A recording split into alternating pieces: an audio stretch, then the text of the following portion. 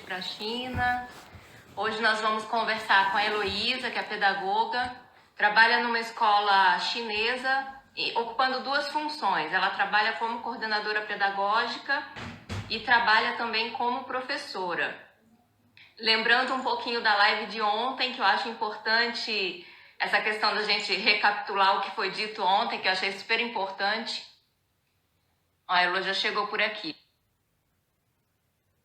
E recapitulando ontem, né, coisas importantes que a Patrícia falou com a gente, e esse diálogo de hoje continua aquilo que ela conversou ontem, o papel das emoções. Oi, Elo! Boa noite aí, né?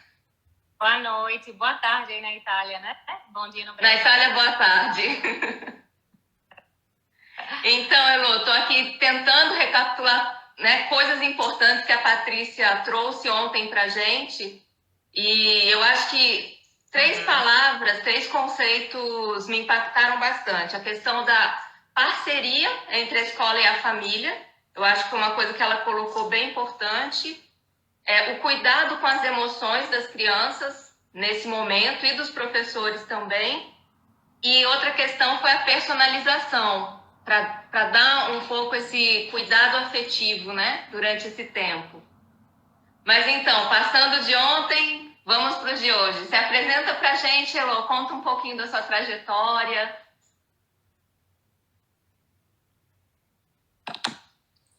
Poxa, minha internet tá muito ruim, eu não sei se você está conseguindo me ouvir. Eu te ouvi Tô. toda partida. Tá conseguindo? Deu uma paradinha, mas voltou. Assim, se continuar assim, eu vou procurar um outro lugar aqui dentro de casa, porque como eu tô na China, eu preciso usar o VPN para poder acessar o Instagram. Então, às vezes a internet fica meio ruim mesmo. Entendi. Elô, uma alegria ter você aqui, viu? Oi? Você falou uma alegria me ter aqui. Eu que agradeço, Lucimara. Se você estiver me ouvindo, eu queria dizer que eu devo muito a você por ter escolhido essa profissão que eu amo de coração. Para quem não sabe, né, eu conheço a Lucimara há muitos anos. Eu era adolescente lá em Recife e, assim, gostava muito de trabalhar com as crianças na igreja. E ela era pedagoga, estudante na época, não lembro, Lu, você pode me corrigir. E aí você me falou do seu curso e me convidou para visitar a Universidade Federal de Pernambuco para conhecer um pouco do Centro de Educação e até chegou a me apresentar a uns professores da universidade. Então, eu sou muito grata a você, né, que faz parte da minha vida. Ai, Elô! Da profissão que eu escolhi. Me emociona desse jeito. Mas é verdade. E você voou longe, hein, Elô? Literalmente, do outro lado do mundo. Então, conta um pouquinho pra gente, Elô, primeiro assim, da sua trajetória na China, como é que tá a vida, e depois a gente entra no assunto das tecnologias na educação infantil, porque eu acho que tem muita gente interessada também de saber da sua história.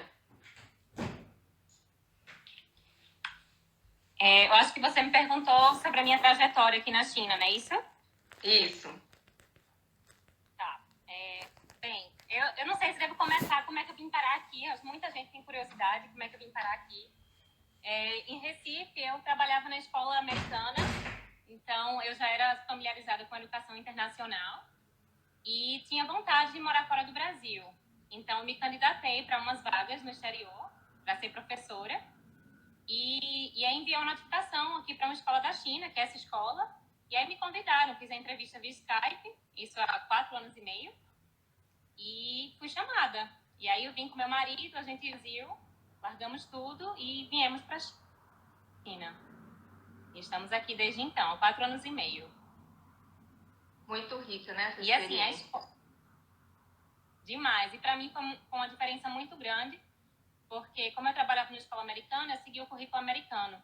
E chegando aqui, o currículo é completamente diferente. Os alunos aprendem brincando. E a gente observa o interesse do aluno para trazer conteúdo, trazer brincadeiras, materiais. Então, é centrado no aluno. Entendi. Então, é uma metodologia mais pautada por uma pedagogia natural, né? Isso. Isso. Com algumas... Me vendo? Tô ouvindo. Então, tem algumas influências de Montessori, Vygotsky, mas é uma filosofia única, é uma fundação que tem vários campos ao redor da China, e eu trabalho no campus de Guangzhou.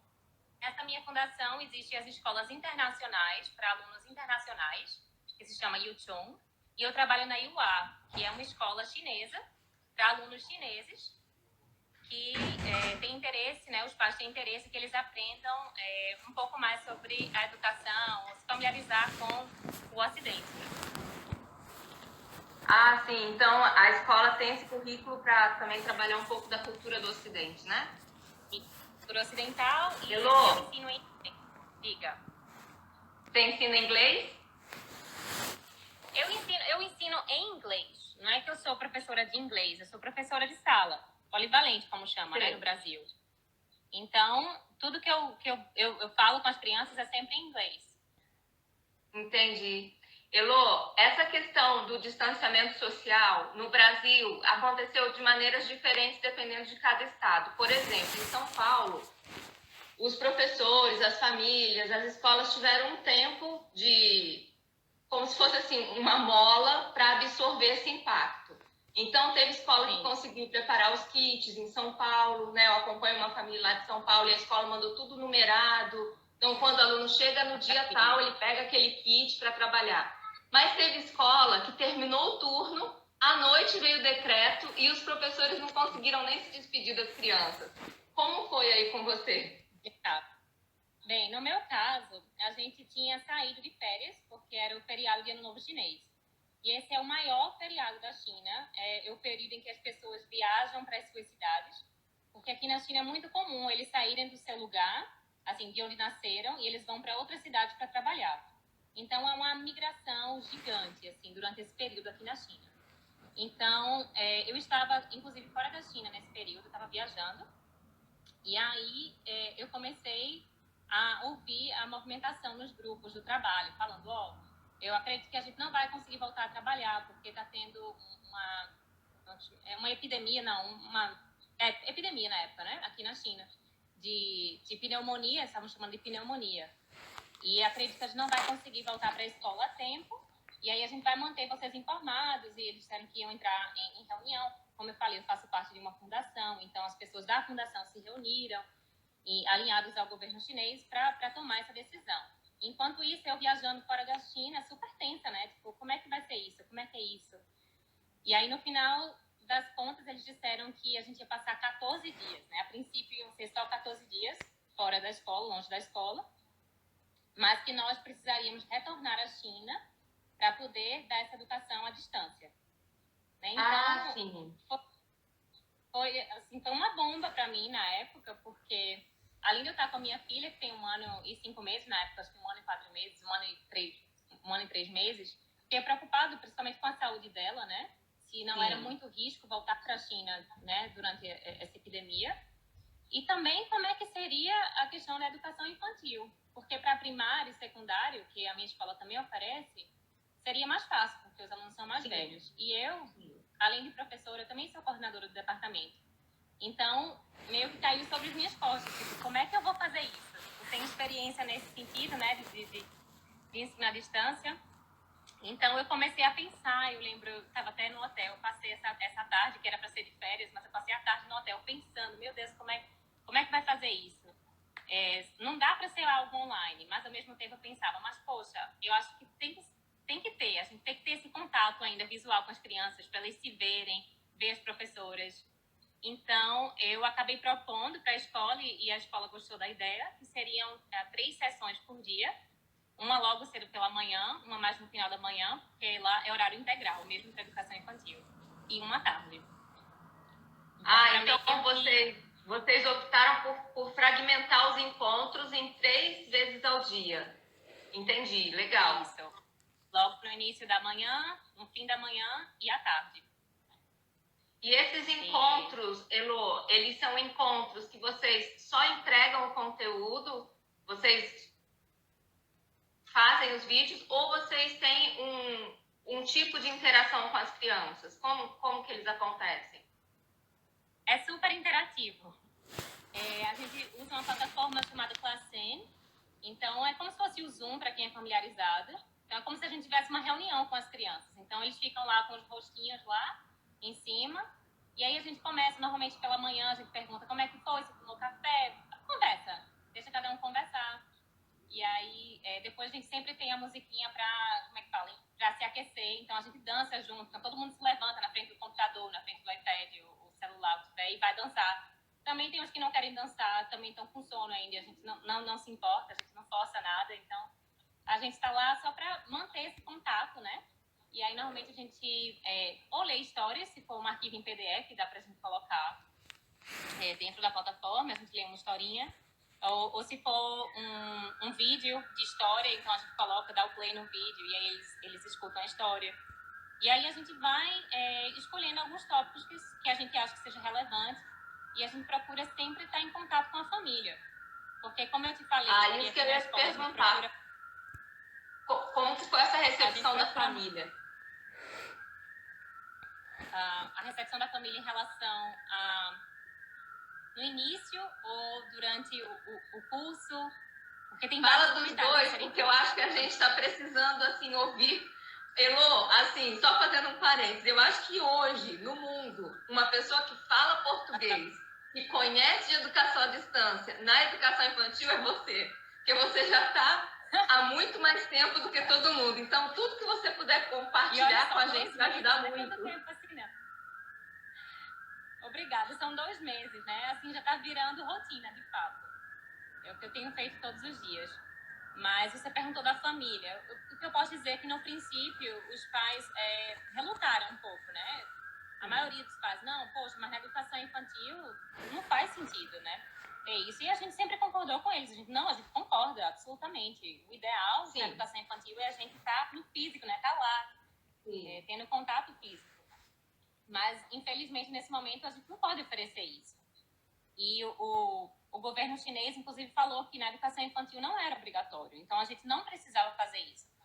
Mas a gente decidiu oferecer isso aos nossos alunos. Então, não são todos que fazem parte, mas alguns continuam. E também porque a gente precisa muito do apoio dos pais. Porque as crianças são muito pequenas, elas não conseguem ainda, né, acessar a plataforma para entrar lá. Então, os pais têm que estar ao lado. E como eu falei, a gente tem 3 sessões durante o dia. Então, normalmente, na primeira sessão, como eu falei, a gente faz o aquecimento, a gente canta, a gente lê história. E aí, algo relacionado àquela história, àquele conteúdo que a gente está falando, a gente propõe uma atividade, que a gente diz que não é obrigatória, mas que eles podem fazer durante a manhã, de uma forma que eles fiquem sempre engajados durante o dia, sabe? Então, a gente sugere uma atividade e aí os pais vão ter que assistir as crianças durante essas atividades. Sim. Então, muitos pais falam, ai, poxa, é cansativo, porque eu tenho que estar com meu filho o dia todo. E muitas vezes os pais também têm que trabalhar, né?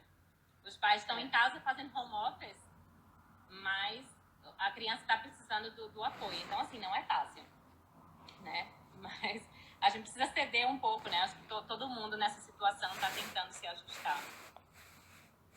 Exatamente. Teve uma escola de Brasília que fez um documento muito bacana, uma escola grande, explicando como que vai ser essa questão da educação à distância e numa postura muito humilde, apesar do tamanho da escola, da grandeza dessa escola, uma postura muito humilde dizendo, olha, nós não sabemos de tudo, durante esse processo a gente pode errar e a gente vai aprender junto, porque eu acho que é muito disso, a gente está vivendo isso, né? Ninguém tem uma resposta única, cada um vai pegar uma pecinha desse quebra-cabeça. E nesse documento que eles publicaram, eu vi que eles usaram uma referência de um estudo chinês, é um estudo muito recente, é de 2020, de repente nem está tão divulgado ainda, mas esse estudo se preocupava com a questão emocional dos alunos, do isolamento. Você chegou a ouvir falar alguma coisa sobre isso? A questão emocional não só dos alunos, né, mas de toda a população. Logo de início foi divulgado muito aqui, através da minha escola, falando que a nossa fundação iria fornecer um hotline para que as pessoas pudessem ligar e como se fosse assim, uma ajuda psicológica, porque é muito difícil nesse momento. Então, não só para os alunos, né, mas para os professores também, para inclusive para os casados, né, maridos, enfim, estender a toda a família uma ajuda psicológica através do telefone para passar esse período, que não tem sido fácil. E com as crianças, a gente começou logo no primeiro dia, a gente começou perguntando a eles por que a gente não poderia voltar para a escola. Então, a gente teve toda aquela conversa, perguntou como é que a gente poderia se proteger, o que é o vírus, como é que a gente se protege com esse vírus, tipo, fazer exercícios, eles faziam exercícios, mandaram vídeos lavando as mãos, esse tipo de coisa. Então, a gente já conversou bastante com eles, então eles estão cientes do porquê que eles não podem voltar para a escola no momento. E, numa outra oportunidade, a gente também falou sobre os sentimentos, como é que eles estão sentindo, pedir para que eles desenhassem, né, eles próprios no papel, né, com rostinhos, está feliz, está triste, o porquê. Conversar com mamãe e papai, procurar estratégias de como melhorar o humor, se está se sentindo triste, o que é que tem que fazer, para que quando chegar nesses momentos, eles já saberem o que é que tem que ser feito, para que eles possam, né, se acalmar. Sim. E eu vi esses dias que você fez uma live da Clarice com os coleguinhas dela pelo mundo também. E achei muito interessante. Tem uma revista aqui, lá do Brasil, que está chamando isso de pracinha virtual. Conta um pouquinho dessa experiência, porque ela é tão pequenininha, mas eu vi que ela estava ali, parecia que estava participando mesmo, né? Ela tá, apesar que ela não fica muito tempo, né? Na realidade, eu tô falando com as minhas amigas que também têm filhas.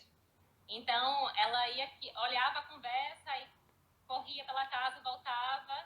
Então, naquele momento, a gente conseguiu, segura aí as 3 e vamos tirar essa foto. Então, foi mais ou menos assim. Ela brinca, ela olha, mas não dá para manter a atenção por tanto tempo. Entendi. E os seus alunos, Elô, na hora da aula, eles chegam a fazer algum movimento de um conversar com o outro, mostrar o brinquedo da casa, mostrar o irmãozinho, sei lá. Eles têm esse momento de interação entre eles? Sim, sim, tem uma função, né, nessa plataforma que é de levantar as mãos. Então, eles já se familiarizaram com isso, inclusive. Então, eles estão sempre levantando as mãos, assim, aparece uma mãozinha que eles querem falar. E a gente, sempre que pode, né, oferece a oportunidade para eles falarem. E aí, às vezes, a gente tá fazendo uma pergunta, eles levantam a mão, e aí, quando a gente pede para eles falarem, eles estão falando, não, porque o meu cachorro... E, assim, é normal, né, da idade. Assim, seu cachorro dá toda a atenção, escuta, agradece e depois retoma. É a própria educação infantil, né? A cara da educação infantil. Exato. Essa questão da atenção das crianças são desafios semelhantes àqueles que você encontra dentro da sala de aula também, né? Claro. Agora, eu rio muito com os colegas meus de trabalho, que eles falam que eles amam a educação à distância porque a gente pode deixar os alunos mudos por alguns minutos. Então, essa é a diferença. Sim. Com relação ao barulho, né? Que na sala de aula eles estão sempre conversando. E aqui a gente tem a função para que não atrapalhe, né? Para que eles possam escutar os professores ou escutar até os outros coleguinhas. Então, a gente deixa eles no mudo para que eles escutem quem está falando. Aí depois abre para eles poderem se comunicar também, né? Claro, a gente sempre dá oportunidade para eles. Assim, Elô, dentro do que a gente está falando, você poderia deixar assim, algumas dicas, tanto para os professores, porque eu tenho acompanhado alguns professores e eu tenho lido alguns relatos, ouvido algumas coisas de certa angústia, porque parece que quando você está em frente ao vídeo, ministrando uma aula, fazendo uma aula interativa, parece que o tempo é curto, mas o tempo de preparação para essa aula ele é muito grande. Então, professores relatando para fazer uma aula de 20 minutos, eles precisam trabalhar 1 dia e meio, porque eles têm que aprender de edição de vídeo, eles têm que aprender a compartilhar a tela, e é todo um aprendizado que eles precisaram fazer assim, enquanto a máquina estava andando. Você tem alguma dica para deixar para os professores e para os pais também, né? Eu bem sei como é, né? No início, para mim, também foi muito difícil e posso dizer que até hoje ainda é muito desafiador, apesar de ter, né, há 2 meses já que eu estou fazendo, né, esse ensino à distância, mas é muito desafiador porque é tudo novo para a gente, né? Não só para os professores, mas para os próprios alunos, para os pais. Então, de fato, é desafiador. O que eu posso dizer é que... Vamos lá. Me perdi no meu raciocínio. Pergunta de novo, Lu. São dicas para os professores. Eu acho que isso que você falou é bacana, porque às vezes o professor está sozinho lá, fazendo a aula dele, e ele se sente numa solidão do tipo, sou só eu que estou sofrendo para fazer tudo isso? E legal de você falar. Não tá sozinho. Não tá sozinho, todos nós. Eu posso dizer que nas primeiras semanas foram muito estressantes, assim, até mesmo dentro do meu departamento. Todo mundo, assim, né, os nervos à flor da pele. Todo mundo sem saber se o que estava fazendo era certo. Então, com o tempo, a gente foi pegando aquela confiança, foi recebendo feedback positivo também dos pais. Uma coisa que eu gostaria de compartilhar também, uma das mães, né, que está participando das aulas comigo, né, com a filha dela, estava agradecendo a gente, dizendo, oh, professora, muito obrigado, porque eu nunca tive essa oportunidade de fato, brincar com meu filho. Porque quando ela voltava da escola, então eu ia fazer as minhas coisas, eu ia cozinhar, eu ia fazer outras coisas, ia deixar minha filha brincando. Mas quando a gente começou essas aulas online, que aí eu estou tendo a oportunidade de brincar com a minha filha, tem sido maravilhoso. Então, são esses feedbacks que alegra, né? Que dá motivação. A gente está vivendo um momento que é quase que a redenção da tecnologia. Porque a tecnologia sempre foi a vilã da afetividade, que afastava todo mundo, e agora parece que ela está num momento de redenção nesse sentido, né?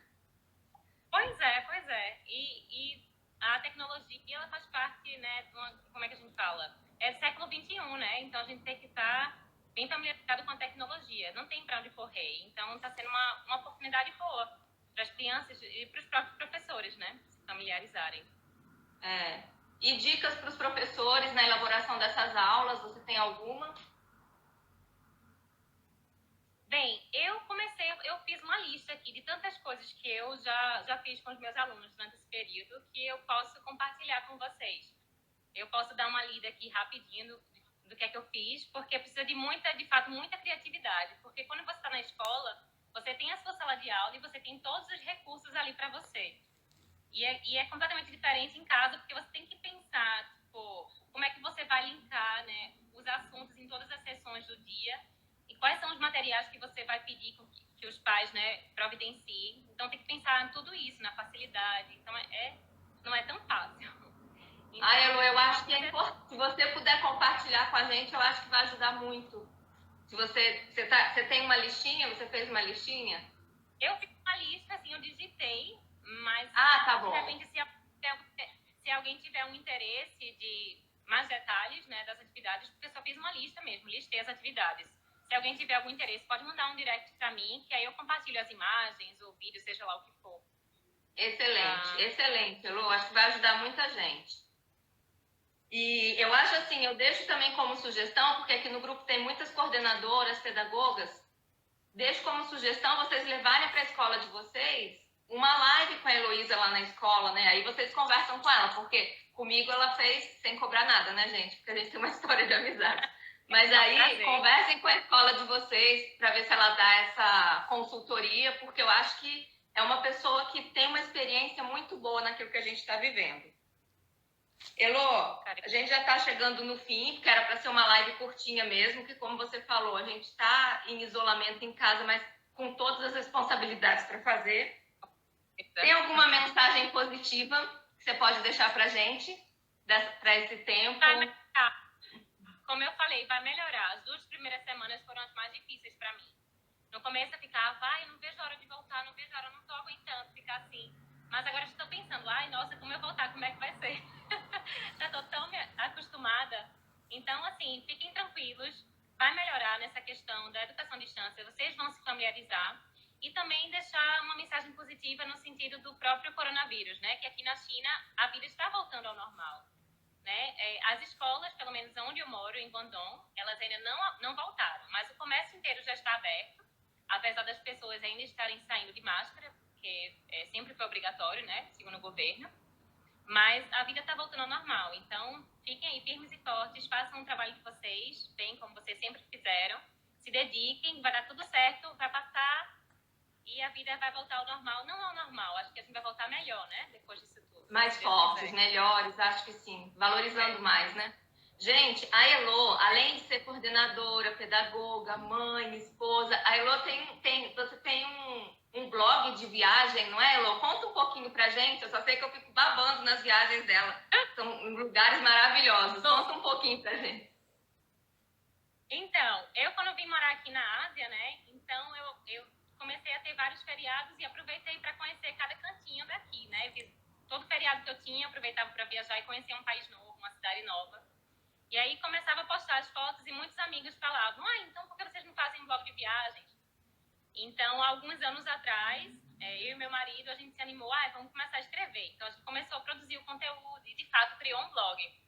Só que eu engravidei da minha filha, né? E aí as prioridades mudaram e a gente continuou viajando com ela, mas agora o tempo está muito curto para alimentar lá o blog. Então, eu não tenho colocado mais nenhum conteúdo dentro do blog, mas continuo postando no Instagram. Toda vez que eu viajo, coloco um conteúdozinho na legenda da foto. E aí, quem sabe, um dia a gente não volta pro blog. Vale a pena, viu, gente, seguir. Agora eu vou pedir a mesma coisa que eu pedi ontem. Amanhã a conversa vai ser com a Camila. A Camila está em Paris, na França. Inclusive, está fazendo um acompanhamento lindo da educação do filho dela. É Camilinha Pimenta. A gente vai fazer uma pose aqui para a gente sair bem na foto. E aí vocês façam aí um print e marca o pessoal convidando. Amanhã a conversa com a Camila vai ser 18 horas. No 3, tá bom, Elô? Joia. Elô, obrigada de coração. Obrigada aí pela participação também. A live vai ficar disponível. Elô, parabéns. Muito obrigada pela generosidade aí de atender a gente.